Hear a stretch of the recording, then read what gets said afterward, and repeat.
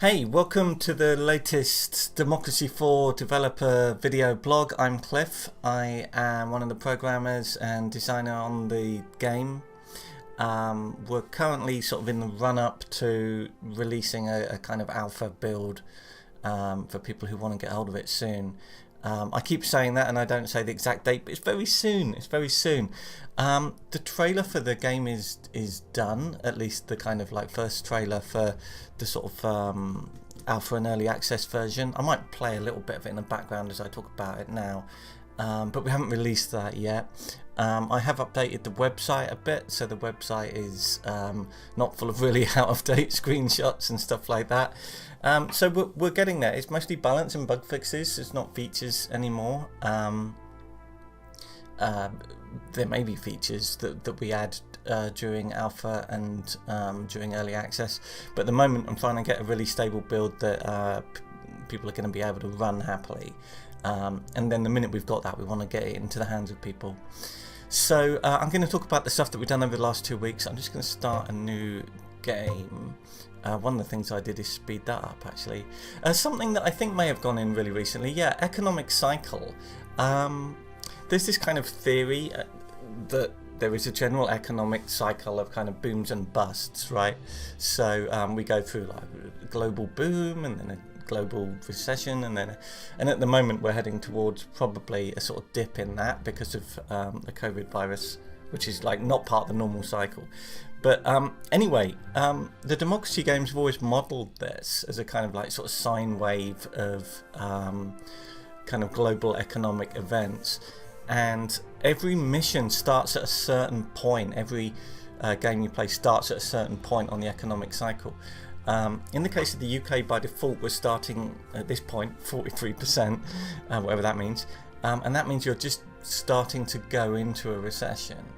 But you can adjust this now if you find that too difficult, or you're just sick of the predictability of that. Something else that we added is the starting level of debt. At the moment, that is the current level of debt, I think, when I last checked. It goes up a lot for the UK, but you'll be able to set that to whatever you want. If you want a lower debt or a crippling debt, or you're just playing the game in a few years' time and that figure's changed and you want it to be accurate. So that's things we put in very recently. Something else that's happened, and I've exaggerated it a little bit. I've done it over the top a bit. If you've watched loads of these videos, you'll notice that these icons, which are the icons for the ministers, sometimes get too close when there's loads of other icons to this one, that they touch it and they disappear behind it. And that wasn't intentional. So I've kind of fixed it. I've kind of overdone it. Look, they're a bit too far away. But anyway, I'll tweak that. Something else that I've done that is interesting, because I thought nobody would notice, but then a few people noticed in the comments on one of the YouTube videos, was that these icons weren't always placed very well. They were sometimes nudged, that they weren't always in the middle of these groups, and this is hellish. The arrangement code for this is a nightmare. Anyway, it's better now. The positioning of all the icons is better now in subtle ways that I really notice, but most people probably won't until they've played the game a lot. So there's a lot of fiddling to get that right. Something else that I've done, because I think, I don't know whether it's helpful or not, but anyway, you'll notice that the policy icons, which are the white ones, some of them have an outline, and then that little pause was me realizing it's probably not working properly in dark mode, is it? No, I need to make the outline another color. Oh. Anyway, look, tell me whether or not you give a damn. If they've got like a black outline, that means they can't be cancelled. So we have policies. So for example, agriculture subsidies are a policy, and you can change the policy and you can cancel it, right? But something like, for example, handgun laws, you have to have a position, and your position might be that anyone can have any gun they want, or it can be no one can have a gun, but you have to have a position. You can't cancel that policy because that doesn't make any sense. Same with border control, right? you know, you can have hardly any, or you can have, you know, ridiculous. But you have to have a position. They're not cancelable. And I thought I'd mark those with by kind of giving them an outline. I don't know whether there's any point in that or not, actually. Anyway, it's just something that I added. A bunch of new stuff went in, actually. Let me just check my list. All kinds of like new things. One of which was a private space program. I can't show you the private space program because I haven't triggered it yet. It doesn't trigger by default. Arguably, it would only at the moment globally trigger in the US with SpaceX and Blue Origin, SpaceX and Blue Origin and stuff like that. So it's very hard to get because you have to be very stable as a country, and you have to have a very high level of technological development and education for a prolonged period, and strong GDP, and then you will get the space program. And obviously, it boosts GDP and patriotism and stuff like that. That's a new thing that's gone in. A few other new things have gone in. Where's my list of stuff? Congestion charges are in. So we have traffic congestion there, and there is a policy somewhere, congestion charging. We have that in London, and I think some other cities, I'm not sure. If you have an electric car, you're exempt. But then you have to pay money each year to keep up your exemption, which is like ridiculous. Anyway, and I hardly go to London anyway. Prisoner voting is a thing as well. I don't know if that's actually prisoner voting. Yeah, maybe that should be uncancelable. Actually, some countries prisoners can vote. Some countries prisoners can't vote. Some country prisoners can vote as long as they're not like murderers. You know, it's a policy. It's a little bit like the one that we put in that is new for Democracy 4, like the prison regime that can be really harsh or really touchy-feely, because that varies a lot around the world. And I think that's a really good one because it's one of those things that's really obviously liberal versus conservative. So conservatives / authoritarians want the prisoners to suffer, and liberals, it's like these people are misunderstood, and there's positions in between. But it's quite a clear line, right? So that's why that's in. There was some cool stuff that went in. Blah blah blah blah blah blah. Yeah, that's all fixed. That's all fixed. A lot of fixes. Health food subsidies, reduced food prices. Yeah, there was a lot of changes to like liberalism to make it work a lot better. And we've been doing a lot of balancing as well. Yeah, one thing that came up.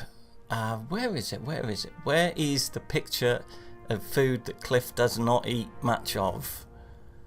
I'm looking for veganism, but it's not veganism. That's because I'm not looking for a blue thing, am I? Haha, the fool. Okay, food price is maybe, it must be affected somewhere. Obesity. Plant-based diets, right? You guys tell me. You guys and girls and crazy people tell me. This was called veganism, but it's meant to be like vegans, vegetarians, flexitarians, right? And people said, no, you want to say plant-based diet, which is what people say these days. I don't mind what it's called. But the trouble with terminology, and this is a nightmare for identity politics, and this game will probably be on sale for like and reasonably out there selling for like 4 or 5 years. And when terminology changes really quickly, you don't want to just catch a fad. Is it called plant-based diets now? And then like a year ago it was just called vegetarianism or veganism, or 2 years ago, and in 3 years time it becomes something else, meat-free diets, you know.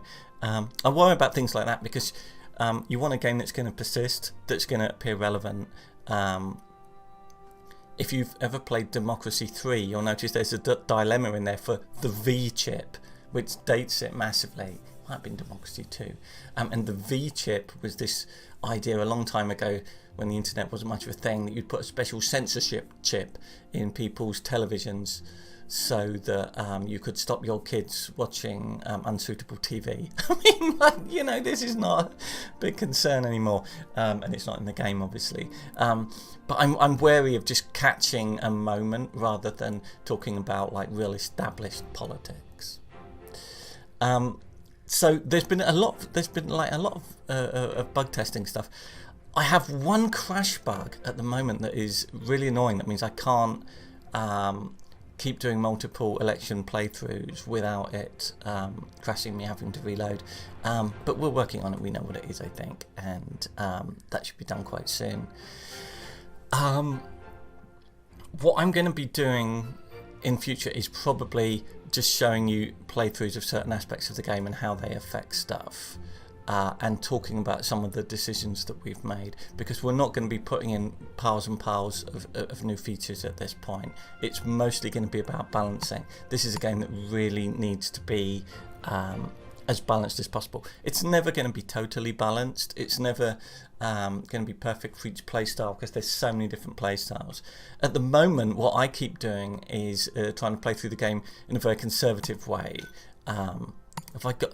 Did I use up some points? I must have done something in this.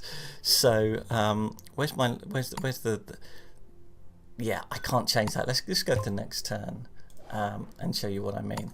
Controversial march. Yeah, I'll just ban everything because I'm a conservative. That's such a cliche position, isn't it? So, for example, I can completely ban abortion. That's going to drive liberals absolutely crazy. Probably need more police. Something that I found in my playthroughs that I thought was really interesting, and so much stuff happens in this game that you sort of think it's a bug, and then you think about it a bit. Yeah, raise the speed limits. You think about it a bit and you think, no, that's real, that's politics. So, for example, when I was trying to play through as a conservative, one of the things I did was a lot of law enforcement stuff to stop these problems. I've got street gangs, I've got organised crime, alcoholism and ghettos, right? These are all bad situations in the law and order area, and conservatives care about law and order, right? So when I was doing recent playthroughs, I was like putting in place loads of policies to fix that, and then when I would look at like the political compass, I'd notice that I hadn't really moved that far towards conservatism.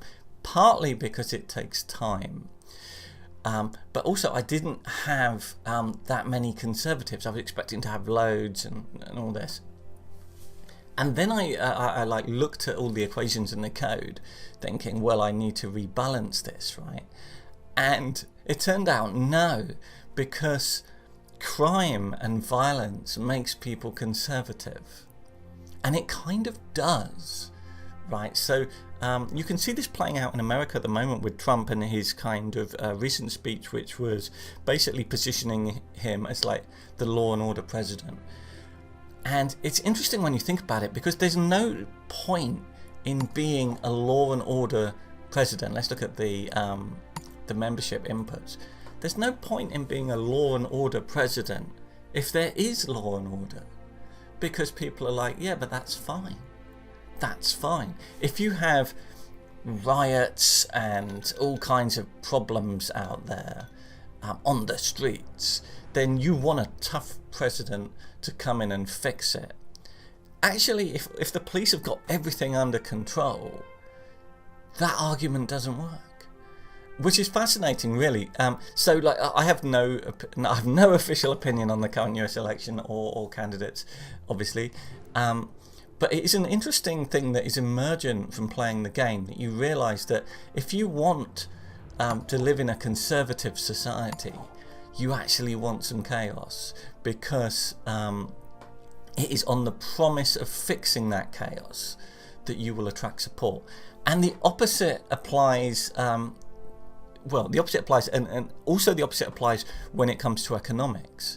If you want to win as a campaigning socialist in this game and in real life, you want inequality, okay? Because it is the injustice of inequality that motivates people to join your party, to become. Where's the party thing? It's here, isn't it? I've got hardly anyone in my. No, actually, no. I'm doing pretty. I've got quite a few members actually. But there's a lot of people who are opposed to me. This is really interesting. Interesting. Yeah, if you want those fanatical supporters as a socialist, you want inequality, It's not as simple as it sounds to kind of build the society that you want, and that's what I love about working on this game, because you get these kind of like interesting insights about the way politics works. Anyway, I'm going to do a lot of playthroughs of the game coming up. Prison regime, harsh. This is conservatism at work. What else would I do? We have gender transition. So what we would really do is revert this so it was just not allowed if we were conservatives. See if that triggers anything. We've won the World Cup. It's a little bit kind of oblique. Yeah, but we're not doing well. Oh dear, we are not doing well. By the way, I fixed a lot of stuff on here so that it works a lot better. So here's an example. This is a very poor person, Catherine Hernandez, and I've changed the way a lot of these numbers work so that they're actually a lot better off as a result of government policy. If we go to someone who's incredibly wealthy, the wealthiest person, earning 147,000, actually we're not screwing that person that much at all, which is interesting. Yeah, that's interesting. Partly because they're a parent and they're getting child benefit and the equivalent value of maternity leave. Interesting. Anyway, so yeah, I'm going to do a lot of playthroughs coming up. We're only a few weeks away from saying, hey, the game is on sale, and we're going to do it in a very low-key way. A little bit rambly because